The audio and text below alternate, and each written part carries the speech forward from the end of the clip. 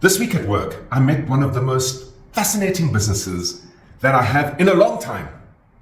It makes tea. Tea!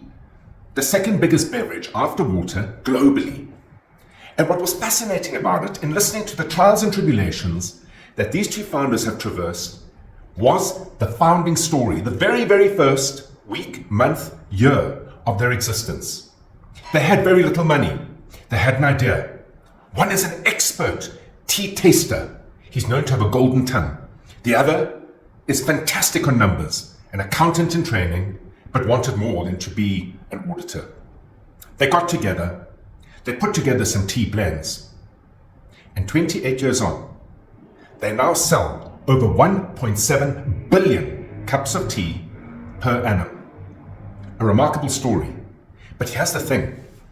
Because they had no money when they started, they used an old cement mixer to blend the tea leaves together.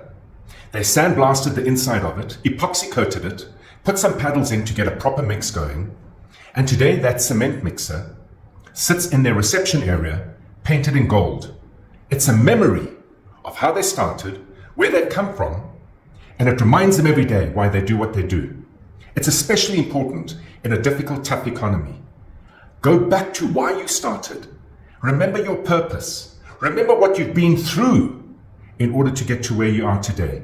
And make sure you share that story on your website, with your team, in literature wherever possible, so that the business itself is reminded why it exists.